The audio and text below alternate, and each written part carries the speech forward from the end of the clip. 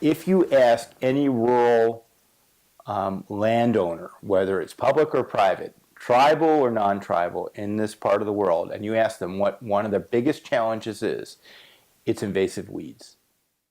The different climate impacts are allowing either these invasive species or insects to really demolish, I don't know if that's the right word, but to really impact the vegetation along the CDT, and then that in turn has created other impacts like extreme fire danger. Hawkweed, knapweed, wild caraway is a really bad one. There's lots of them, but yes, so we actually do try and control it on our place. Like, we make sure that if we find a patch, we go and dig it out, and if it becomes more than what we can manually take care of, then we'll spray it. That's bad? This one, yeah, it's really bad. Oh, Because no. it's very aggressive, and it just spreads and takes over. Like, it's very, and it seeds out really early, so these seed heads have already released their seeds. If you spray it, because it's a grass, you'd have to spray it with something that would kill a grass. Most noxious weeds, like knapweed, it produces a toxin that poisons the ground, so nothing else grows around it. Cattle won't eat it, so then it just, I mean, there's fields of it in Montana. So it's a lot of the invasive species are like that. They are really good at taking over, and so that would cut agricultural production altogether. In the United States, invasive species are billion-dollar problems because of trying to get rid of them and spraying for them. I know our little place, when we bought it and first moved there was so much knapweed that the folks had it cut, and there was a round bale. Have you seen those round bales as you travel? Okay, there was a round bale in our yard that they had baled up the knapweed, and it was still sitting in the yard. The park has tried real hard with biocontrol on their knapweed. I'm not sure if it's working. They actually had the weed program, or the weed problem, before we did. Then with them not being able to, I guess, control the weeds to a certain point, then with the livestock and the, and the deer and elk and everything else carrying it, like the wildlife, it eventually got on to where we're at, to our grazing ground. There are people who are just passionate about it. Like, we have a landowner over in the county of Cardston. His name is Rick West, and I told him he had to clone himself, because there's nobody that is as passionate as he is about controlling knapweed as it comes down out of Glacier Park on the Belly River. That's where it's kind of coming into Alberta. And he's out there every spring. He takes our summer interns out for a couple days and just sprays knapweed along the Belly River for days and days and days. So yeah, it's just everybody has to be aware, educated, and on the lookout and doing their part to control it. The big challenge is really having conversations with another country and making sure that these invasive species on the border, that we're managing them together. You can't tell when you cross the 49th parallel and you're in Montana, the ranches look exactly the same. It's an artificial boundary. But I think being next to the 49th parallel, tourism, like especially now when our Canadian dollar is so low compared to the American, we have a lot of American visitors come up. You build more roads and you spread more weeds. So that interacts with climate change and with other animal species. So it's sometimes very difficult to get a simple answer to a complex problem. I'll just pass these around, and if anybody wants to take one, the monitor is on the back side. It tells you how to install the monitoring transect. As far as enforcers, we have seen the tribe step up. It has been absolutely incredible. They've been our lifeline, the Blackfeet and the Confederated Salish Kootenai. It's a big group effort. I'm sure you heard at the Crown. It's federal, it's state, it's tribal. Everyone's working together. The really great thing is there's a lot of cooperative initiatives going on. Like, I just had an email from the Southwest Alberta Weed Management Group, and it's a joint organization of Parks Canada, the municipal governments, county and MD, local ranchers, Waterton Biosphere, and they do these weed spraying events where they all get together and attack really bad problems. If it's 3 to 6 inches tall, you want to use roughly 7 ounces per acre. It'll give you a minimum and a maximum. So I usually mix somewhere right in the middle there. Okay, first category. Target weed percentage. How much spotted knapweed? Not that much. Yeah, a lot. I was on the local Rocky Mountain Front Weed Board for a while. I'm very supportive of their activities. As I said, the Montana Conservation Corps is coming tomorrow, and so I'll help with them in their weed pool. On a ranch nowadays, it takes about 300 to 500 cow-calf pairs to make enough income to support a family. So that's a lot of cattle. It used to be like 100. You could make a living with 100 cows. It is detrimental, and it would really be detrimental not only for us that live here, but also for the tourism industry, because they come here to see these pristine landscapes that are for the most part still like they were during Lewis and Clark days. So that would completely change. If we work together, given limited resources and limited capacity, we can address this big issue that's being driven or exacerbated by climate change.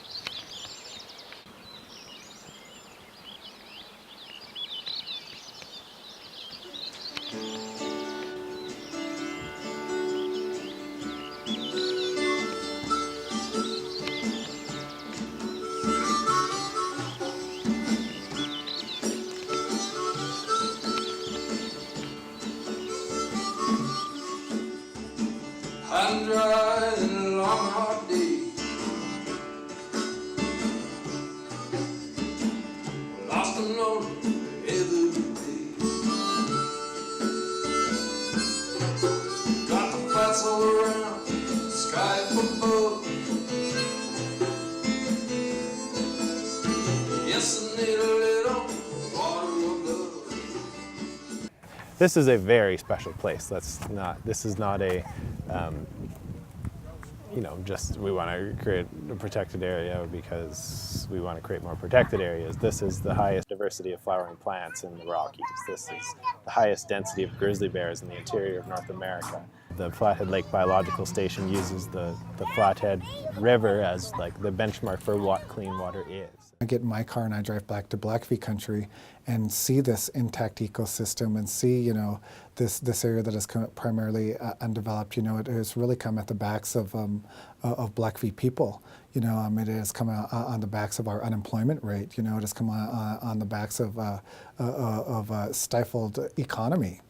And so when you think about economic development and agriculture interests and measuring them against conservation, you absolutely have to have the economic considerations to develop adequate conservation policy.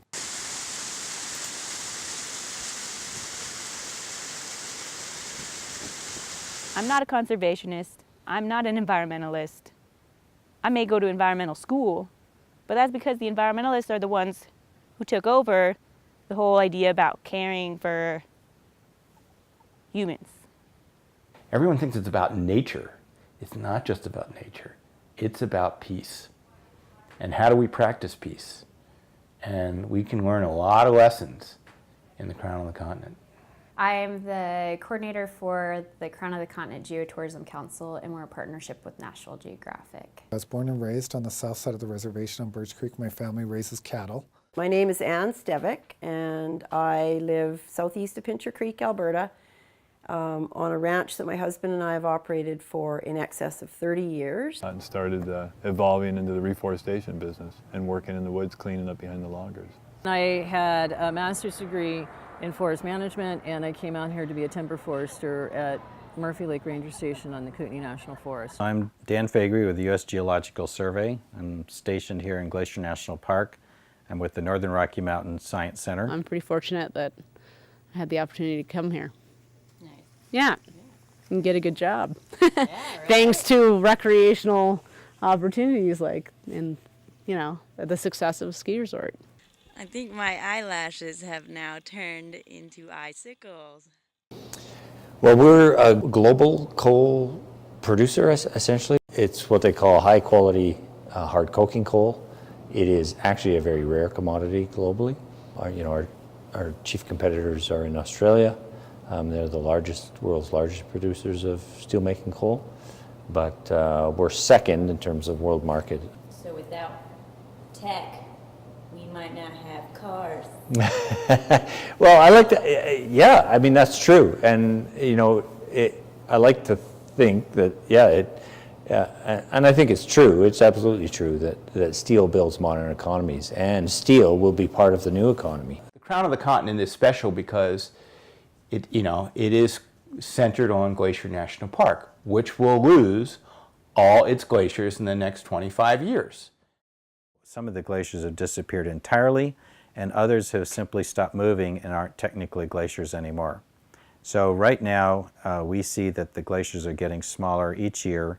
Since 1966, they've shrunk in their footprint, the area that they cover, an average of 40%, but some of them have disappeared at rates up to 85% in that period of time. And those glaciers have been around since the Pleistocene for at least 10,000 years. And those glaciers represent stored water. And when that stored water is gone, in essentially a summer desert environment, that's a big deal for anyone surrounding that landscape. There's been direct impacts of warm water temperatures on fly fishing businesses. The water's starting to get too warm. Yeah, so stop at 12, hesitate, and then go forward. Whoop, you had a rock there. Oh, okay.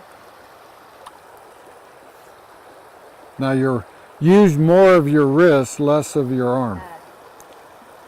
You're going into a throwing motion. There you go. See how much easier that is? We always figure catching a fish is a bonus. Right? It's really about the serenity. When you had a hard day at the office or anywhere else, this is a very good office here. But the tourists don't come if you don't have decent weather. So it's the same thing we're fighting now. It's more to do with all the smoke is chasing all of the tourists home. If you love your job, it's besides more than just the money. Our spring runoff, when all of the snow melts, for instance, earlier and earlier, then you have less water potentially for raft companies when the tourists finally show up.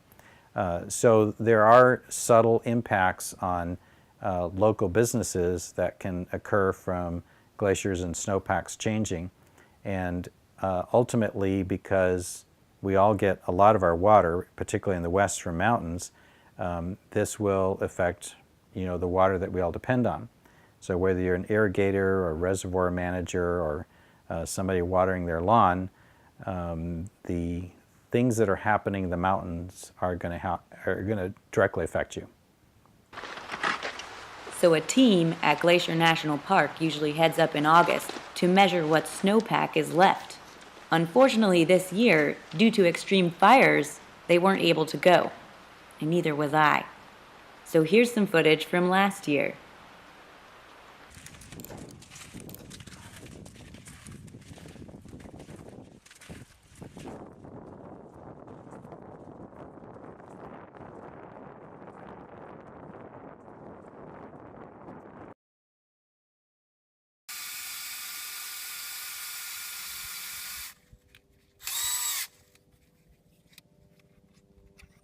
As climate change occurs, we lose that snowpack, which means that over the summer dry months, and most after July 4th generally, much of this region is dry until early October. And all the water is dependent on that snowpack. So if you're an agriculturalist who needs water for irrigation, or you need to have grass for your cows, or you need to have municipal water, all that depends on the snowpack. And when that snowpack is gone, then everyone struggles, and then you're in a drought situation. Climate change is the ultimate downer, right? It's happening, and the science is pretty strong that even if we quit producing greenhouse gases completely tomorrow. There's so much of it already in the system that it's going to continue. There's going to continue to warm for some period of time. Humans are hugely adaptive. We are among the most adaptable animals ever. Some plant and animal species probably won't make it through this climate change scenario. They're narrowly evolved, they're easily disrupted, but humans aren't among them. We as human beings live in a very narrow gap, very narrow spectrum of ideal conditions for our existence.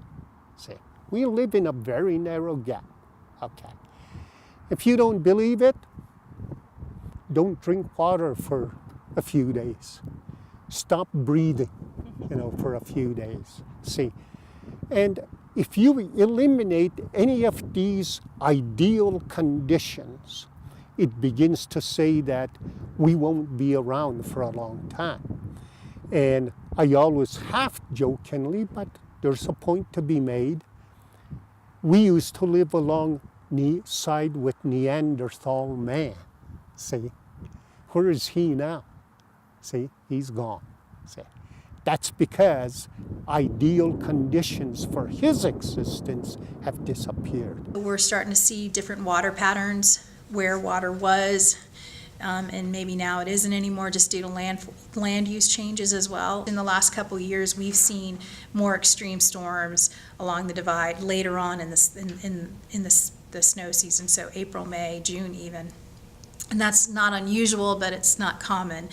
But the things I think we notice more are things like the fire impact and infestation of insects, so the pine beetle impact. Man, since the 80s, forest fires are a big part of our life now. Lots of summers you can't see across these mountain valleys, and there's ash falling in the morning. You see ash all over your car windshield, and it smells like smoke, and there's fires going across the west. Lightning sparked the Sprague Fire on August 10th. The impacts of it have left their mark, but with fires burning across the nation, firefighting resources are spread thin. The Sprague Fire, which burned the Sperry Chalet and forced evacuations on the west side of Glacier National Park, saw significant growth over the past 24 hours, and it's now more than 13,000 acres. An evacuation order that was put in place on Sunday remains in effect. One of the antidotes to not being able to predict exactly what it is, but knowing that some version of this is happening and going to happen, is conserving big landscapes. I think they're more and more important, not just for wildlife. I think for temperature, I think for water, I think for livability.